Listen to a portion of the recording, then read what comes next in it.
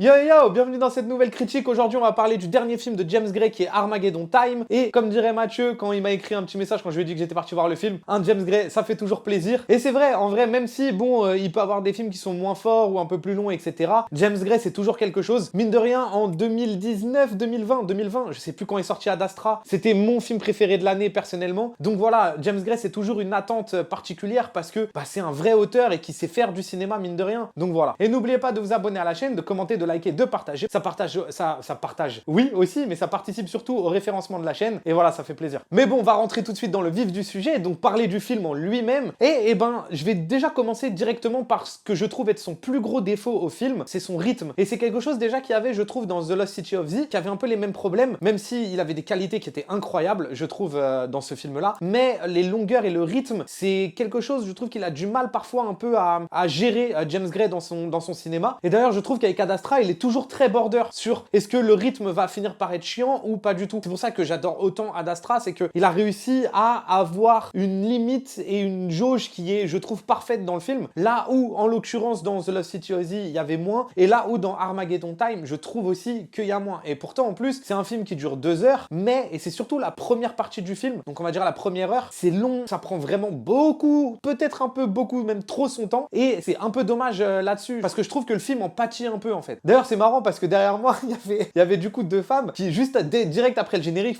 qui étaient en train de parler. Et elle était en train de dire, ouais, non, mais c'est un film intéressant. Non, mais l'image est belle. Bah, mais c'est chiant quand même. Hein. Non, mais faut le dire, c'est chiant. Et, et du coup, je trouvais ça marrant parce qu'il risque de faire cet effet-là sur pas mal de gens. Je pense qu'il aurait pu faire cet effet-là totalement à la fin du film sur moi, mais je vais expliquer pourquoi ça n'a pas été totalement le cas et en vrai pourquoi j'aime profondément ce film. Mais bref, je vais y venir juste après. Parce qu'en vrai, mine de rien, à part, on va dire, le rythme du film, son montage et la manière donc dont on le subit en tant que spectateur, je trouve pas non plus d'énormes défauts au film ou d'autres même petits défauts au film, à part si je pinaille un peu quoi. Mais c'est vraiment genre on va dire le majeur problème de Armageddon Time, là où tout le reste, je trouve qu'il arrive quasiment tout le temps à donner quelque chose d'assez incroyable en fait. Déjà par la mise en scène, alors James Gray il a absolument plus rien à prouver, quand on regarde sa filmographie quand même le mec c'est un putain d'auteur et il sait utiliser une caméra. D'ailleurs si vous avez jamais vu La Nuit nous appartient, je vous le conseille et d'ailleurs faudrait qu'on le fasse un jour sur la chaîne en vrai. Et il y a une course poursuite d'ailleurs dedans qui est géniale, mais tout ça pour dire que voilà, en termes de mise en scène, en termes de découpage, en termes aussi voilà de scénographie ou de comment filmer certaines scènes, mais il a une compréhension de son médium qui est quand même assez forte. Moi, il y en a un moment qui m'a pas mal marqué. J'expliquerai peut-être plus en détail après quand je vais spoil, mais il y a une scène dans le film,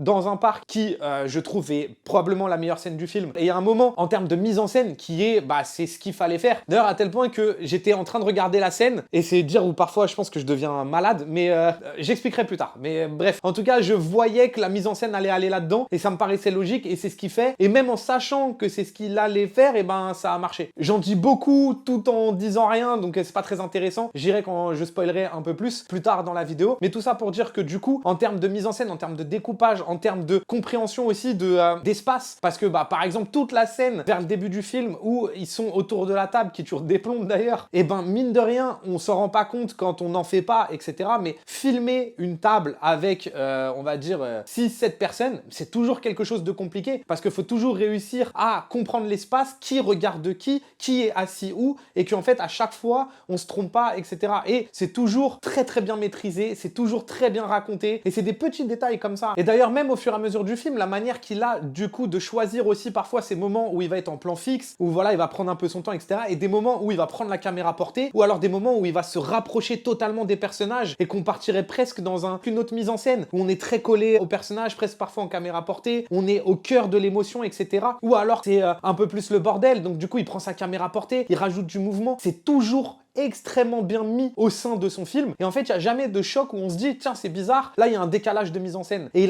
je trouve que dans ce film-là, il a un talent pour jongler avec les différents aspects de sa mise en scène et les différentes techniques, tout en les rendant dynamiques entre elles et qu'il n'y ait pas de fausses notes ou quoi. Mais bref, tout ça pour dire que du coup, le gars a une compréhension de la mise en scène qui est gigantesque quand même, et que du coup, réussir à intégrer ces différentes idées de mise en scène pour qu'elles soient justement en osmose l'une avec les unes avec les autres au fur et à mesure du film, c'est quand même aussi quelque chose d'assez fort. Évidemment aussi la lumière, pas la lumière, mais l'image du film globalement, parce que entre son grain, entre sa couleur et entre sa lumière, franchement, l'image de Armageddon Time, elle est magnifique. Comme je dis, pour trouver des défauts, faut que je pinaille un peu, et en l'occurrence, dans la lumière, je dirais que je trouvais que parfois c'était un peu, voire globalement, à part évidemment quand ils sont en extérieur, mais c'était globalement un peu trop sombre. Je trouve que ça manquait un peu de luminosité, mais voilà, je trouvais que parfois il y a des moments où ça n'avait pas besoin d'être, on va dire, aussi sombre que ça l'était. Maintenant, l'image en tant que telle, elle est quand même sacrément jolie, et le film du coup nous plonge. C'est ça aussi qui est intéressant, c'est pas une esthétique qui est esthétisante, c'est que tu sens que c'est une esthétique pour te plonger dans le Queens des années 80. Et c'est là où ça devient intéressant, c'est quand l'image, la lumière et l'esthétique du film sont là pour accentuer un propos ou accentuer un univers, une atmosphère, pour plonger justement le spectateur là-dedans. Et c'est exactement, je trouve, ce qu'est l'image de Armageddon Time et pourquoi justement elle est, mine de rien, globalement aussi réussie. Parce que c'est ça le truc, il y a beaucoup de films aujourd'hui ou de séries, etc., qui font de la très belle lumière en tant que telle. Mais le problème, c'est qu'il y a une différence entre faire une très très belle lumière et faire une très belle lumière, mais qui est en adéquation avec l'histoire que tu racontes. Évidemment aussi, l'une des grandes réussites du film, c'est son casting et la performance de ses acteurs, mais aussi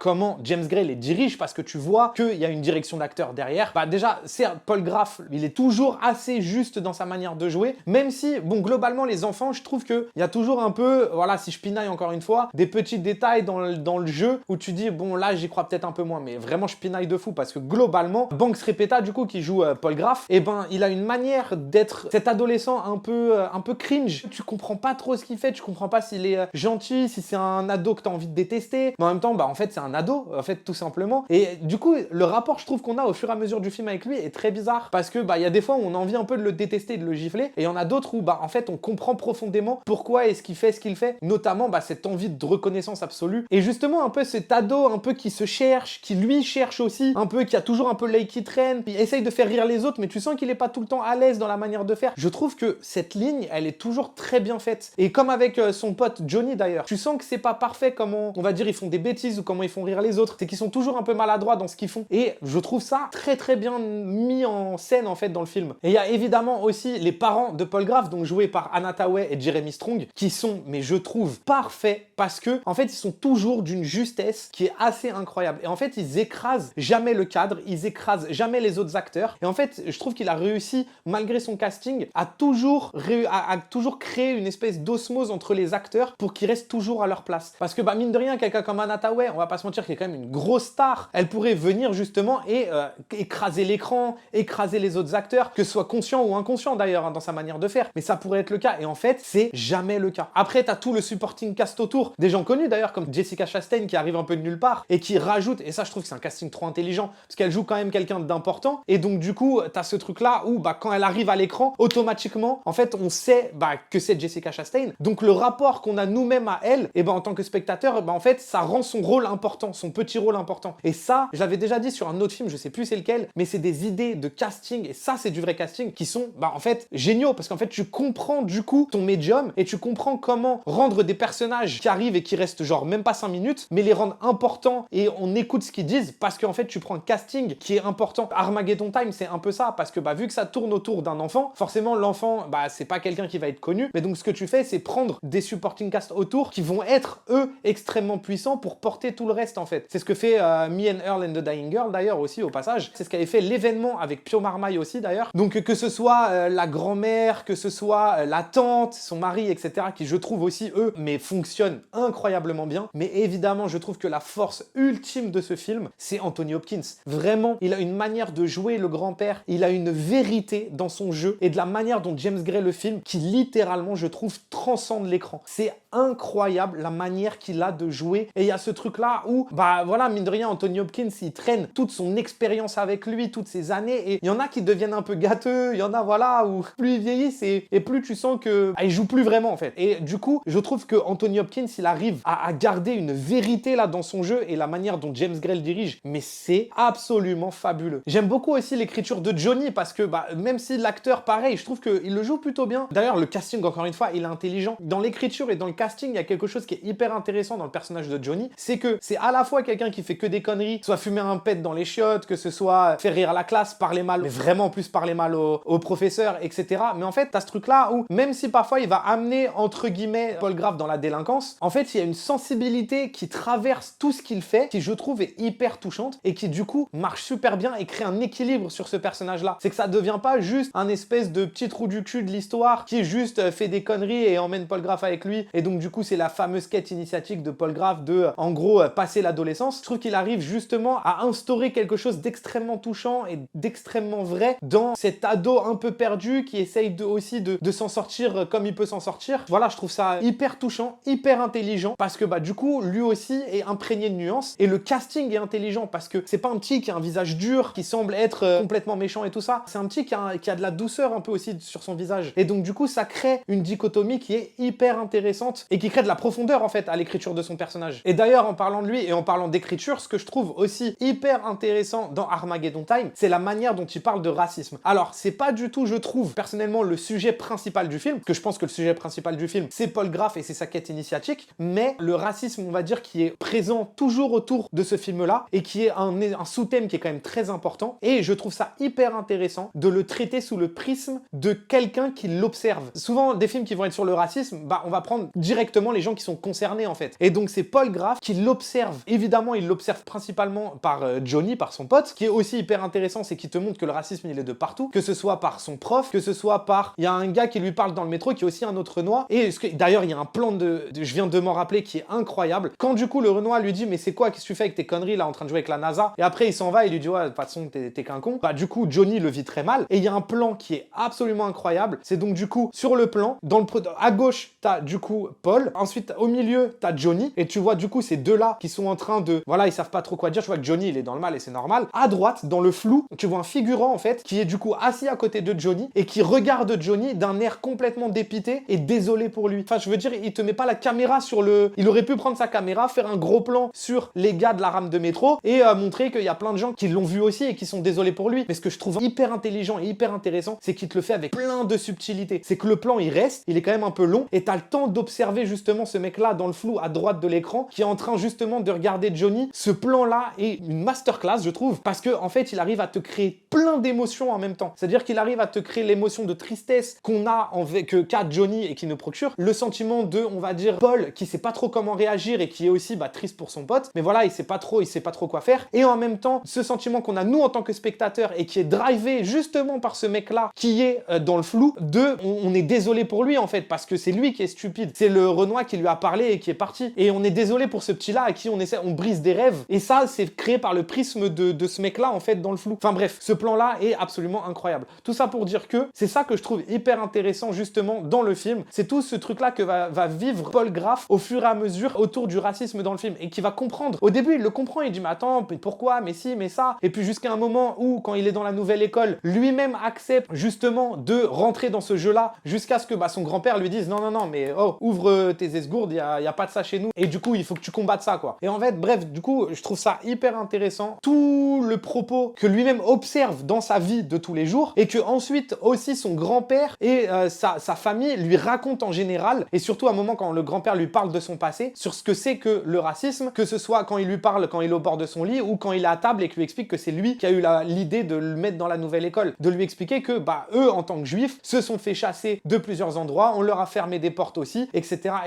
et comme il lui dit, n'oublie pas ton passé. Et je trouve ça hyper intelligent, et ça change aussi, je trouve, la manière dont on a de raconter le racisme au cinéma. Et donc là, au début de la vidéo, je vous avais dit justement que j'avais profondément aimé le film, et j'ai essayé d'être le plus objectif possible là, pendant tout ce temps-là, de ce que je viens de vous raconter, mais il y a une réalité, c'est que le film m'a vraiment énormément touché, mais vraiment à un niveau, on va dire, assez personnel, et donc en fait, je sais qu'il y a un niveau où je sais plus à quel point je deviens objectif ou pas sur le film, et en fait, je crois que j'en ai rien à foutre, pour être tout à fait honnête. J'essaye d'être un peu objectif pour la vidéo, au-delà de tout ça. Il y a encore un dernier truc que j'ai envie de vous parler, c'est justement à quel point je trouve qu'il est intelligent dans la manière dont il gère l'émotion, mais voilà, le fait de aussi pourquoi personnellement j'ai autant aimé le film, c'est quelque chose, c'est un rapport très personnel à cette histoire-là, etc. Et c'est aussi pour ça aussi, je pense que je lui pardonne autant ses longueurs, et notamment ses longueurs de la première heure, parce que ça, en fait, tout simplement. Maintenant, il y a un truc qui est aussi intéressant, j'essaye toujours de parler avec les gens autour de ça, c'est que c'est pas parce qu'un film vous fait pleurer que c'est forcément un bon film. Déjà, je pense que faire pleurer quelqu'un, c'est toujours plus facile que de le faire rire, au cinéma, je parle, peut-être même dans la vraie vie d'ailleurs, parce que là, quand je mets la caméra, je suis plus dans un statut de juste pur spectateur qui apprécie un film. Là, quand je mets la caméra, j'essaye d'avoir des arguments. Le film, il faut qu'il vive un peu en moi, il faut que j'ai un peu de souvenirs et que je me dise est-ce que bah finalement j'ai toujours autant aimé le film ou pas, parce que on verra à ce moment-là. Je sais pas par exemple si le film sera dans le top, j'en sais rien, mais par contre ce que je sais et ce qui est sûr, c'est que le film m'a énormément touché et que ça c'est quelque chose que je ne peux pas lui enlever. Maintenant, est-ce que ça en fait le meilleur film de l'année parce qu'il m'a profondément touché? Non, je ne pense pas. Alors ça pourrait être le meilleur film de l'année pour moi, c'est vrai, mais je ne pense pas que ce sera objectivement le meilleur film de l'année tout court. Et de toute façon, spoiler alert, c'est pas lui le top 1. Je pense que le top 1, je l'ai déjà de 2022. Bref, je m'égare un peu et justement, bah, c'est là où je vais en venir. Et c'est du coup le dernier truc que je vais dire de cette vidéo, c'est donc la manière qu'il a de gérer l'émotion dans ce film. Et pour ça, du coup, je vais prendre la scène où là, je vais giga spoil. Je vais prendre la scène du coup du parc où bah, le petit retrouve Anthony Hopkins. Et en fait, dans cette scène, il y a plusieurs choses. Déjà, pourquoi est-ce que je parle de comment il gère l'émotion? En fait, c'est hyper intelligent parce que la scène en elle-même, donc c'est Paul Graff, il vient et il jarte la fusée avec son grand-père. On sait tous que à ce moment-là, en tant que spectateur, si il va voir son grand-père à ce moment-là, c'est parce que son grand-père sait qu'il va clamser. On le sait. Ok. Mais donc du coup, déjà, c'est un premier pas à pourquoi la scène, elle est intelligente. Mais pourquoi, ce que je veux dire par là, c'est que, en fait, au lieu d'avoir fait une scène, d'ailleurs, elle arrive après, mais c'est ça qui est hyper intéressant. Il sort pas les violons, le petit, il arrive, ils vont Anthony Hopkins dans le lit, et tu fais, ah, bou, bou, bou, c'est triste, violon, et puis voilà. La scène, justement, où il va le voir à l'hôpital, c'est pas la scène la plus intéressante. L'émotion, en fait, il te la crée la scène d'avant. C'est la scène du parc. Et en fait, toute la création, en termes d'écriture, en termes de mise en scène, tout en termes de préparation aussi. La manière dont Anna Tawai, elle pleure, ensuite, comment elle dit, ah, Paul, faut que tu vois, il veut te voir, etc. Et on sent, on comprend toute la tension qu'il y a, parce qu'en plus, d'ailleurs, il te le fait monter au fur et à mesure dans le film, les problèmes de genoux, etc. Et donc, du coup, on sent qu'il se passe quelque chose. Et quand on arrive en voiture, il y a même déjà un sentiment d'au revoir. T'as Anthony Hopkins à travers nous, on est dans la voiture, et qui dit bonjour, on dirait que c'est comme s'il disait au revoir, en fait. Et déjà, toute l'émotion du film, elle est créée là. Et en fait, c'est ça que je veux dire, c'est que il arrive à gérer son émotion d'une intelligence qui est incroyable, parce que plutôt que de te prendre des grands violons, des grands sabots, etc., le moment le plus fort du film, c'est son grand-père, son petit-fils, ils sont encore tous les deux bien, et ils se parlent d'une manière où, comme dans le film en général, c'est juste que nous, en tant que spectateurs, on comprend tout ce qu'il y a derrière ça. Et là, et surtout, là où je trouve l'intelligence ultime de cette scène, c'est à quel point James Gray comprend que nous, spectateurs, on a une longueur d'avance sur Paul Graff. Et en fait, c'est ça qui est hyper intéressant, c'est que dans cette scène-là, on est Anthony Hopkins. Parce que bah, Paul Graff, voilà, il a 12-13 ans, il comprend pas trop tout ce qu'on lui dit. Donc nous, déjà, de base, quand on arrive dans la scène, on sait que le grand-père veut le voir parce qu'il veut passer un dernier moment avec lui. Mais lui, Paul Graff, il le vit pas. Et en fait, toute cette différence de compréhension, et c'est ça aussi le cinéma, c'est la gestion d'informations. C'est à quel point nous, en tant que spectateurs, on peut en savoir plus que notre personnage principal. C'est déjà des choses qui sont extrêmement utilisées dans des thrillers, dans des films à suspense, dans des films d'espionnage, etc. Et d'ailleurs aussi, Hitchcock le faisait à la perfection, en fait. C'est à quel point le personnage en sait plus que nous on en sait plus que le personnage, ou est-ce qu'on est au même niveau en termes d'information? La gestion d'information au cinéma, c'est extrêmement important. Et ce qui est hyper intéressant, c'est que là, il te le fait, mais sous le prisme de son grand-père, d'un grand-père et de son petit-fils. Et surtout, du coup, c'est les dialogues de Anthony Hopkins qui sont incroyables. C'est là d'ailleurs où il lui dit justement de pas accepter le racisme et d'être un homme et de confronter ça. Déjà d'une. En plus, cette manière qu'il a de parler, de dire des gros mots, ensuite de s'excuser. Oui, j'ai dit encore un gros mot, qu'est-ce qu'il y a? On comprend qu'Anthony Hopkins, là, il en a plus rien à foutre de la vie, quoi. Là où justement, ça pourrait être drôle parce que bah du coup, c'est ce grand-père qui en a plus rien à foutre et qui dit plein de gros mots. Et ben en fait, non, c'est juste encore plus fort parce qu'on sent qu'à chaque fois qu'il dit oui, j'ai encore dit un gros mot et que limite il s'énerve, c'est que tu sens que la mort, en fait, elle est juste après. Ça crée encore une fois une force émotionnelle. Et du coup, au-delà de ça, la manière dont il parle, au-delà même de lui dire voilà, sois un homme, etc., il y a des petits dialogues qui se cachent où tu sens toute la subtilité dramatique que Anthony Hopkins y met. Et en fait, il essaye toujours de faire passer des messages à Paul en lui disant voilà, hein, tu te rappelles, il y a ci, il y a ça, il y a nanani, il y a nana. Et c'est toujours des petits trucs où tu sens que là, ce qu'il fait en fait, c'est de créer un héritage et qu'on comprend. Et que toutes ces subtilités de dialogue, toute cette subtilité de langage que Paul ne comprend pas parce qu'il a 12-13 ans et qu'il sait pas que son grand-père il va mourir, mais que nous, on comprend en tant que spectateur, et ben en fait, c'est ce qui crée aussi la puissance de cette scène et la puissance émotionnelle de cette scène. Et là où au début du film, je vous parlais justement aussi en termes de mise en scène, donc quand la fusée elle s'en va, ok, t'as le plan large, tu les vois les deux, la fusée elle vole, waouh et tout, c'est super. Et quand elle retombe, tu vois Paul qui court pour aller la récupérer, qui se retourne vers son grand-père, qui lui fait coucou, etc. Et donc quand t'as ce plan large, et je me suis dit, en termes de mise en scène, t'es obligé de revenir sur Anthony Hopkins. Du coup, c'est là où j'ai peut-être un esprit malade, c'est que maintenant je commence à me demander comment en termes de mise en scène, et pourtant j'arrive encore à être émotionnellement dans un film. Mais bon, donc justement, je me suis dit à ce moment-là, bah faut qu'il revienne sur Anthony Hopkins. C'est évidemment ce qu'il fait, parce que bah en fait, toute la force elle est là. Quand on a eu toute cette scène-là, toute cette discussion, toutes les subtilités, qu'on a tout compris, que déjà c'est triste, et que du coup quand le petit s'en va, et que c'est à ce moment-là où Anthony Hopkins se retrouve juste tout seul, et que t'as toute la vérité vérité maintenant qui retombe, la puissance qu'il y a dans ce plan où tu sens en fait toute la tristesse dans le visage du grand-père, c'est fabuleux, jusqu'à d'ailleurs que il est triste et jusqu'à ce qu'il y ait un bruit qui re-regarde vers Paul, je crois qu'il lui fait un signe ou un truc comme ça, et c'est là justement où je parlais aussi de compréhension de mise en scène, c'est qu'il sait quand faire un plan large et il sait en termes aussi de mise en scène, de découpage et là en l'occurrence même de rythme, de quand est-ce que revenir plus proche de son grand-père pour amplifier justement toutes les émotions qu'il voulait montrer en fait dans sa scène. Et ça, putain, ça c'est de la mise en scène, ça c'est du cinéma et ça c'est incroyable. Et rien que pour ça déjà, le film, malgré ses lenteurs, malgré ses problèmes de rythme, rien que pour ça déjà le film c'est un petit bijou, c'est un petit bonbon. Donc voilà, c'est la fin de cette vidéo, j'espère que ça vous a plu. En tout cas moi j'ai énormément apprécié, mine de rien, malgré son gros défaut de rythme, c'est quand même un très très beau film qui raconte beaucoup de choses et d'une manière assez intelligente. Et voilà, écoutez, nous on se retrouve normalement pour une prochaine vidéo, normalement c'est sûr, mais on se retrouve pour une prochaine vidéo d'ailleurs qui est un peu spéciale sur la chaîne et j'ai hâte qu'elle sorte normalement mardi si tout va bien. En attendant, écoutez, portez-vous bien comme d'habitude et puis à la prochaine. Banks!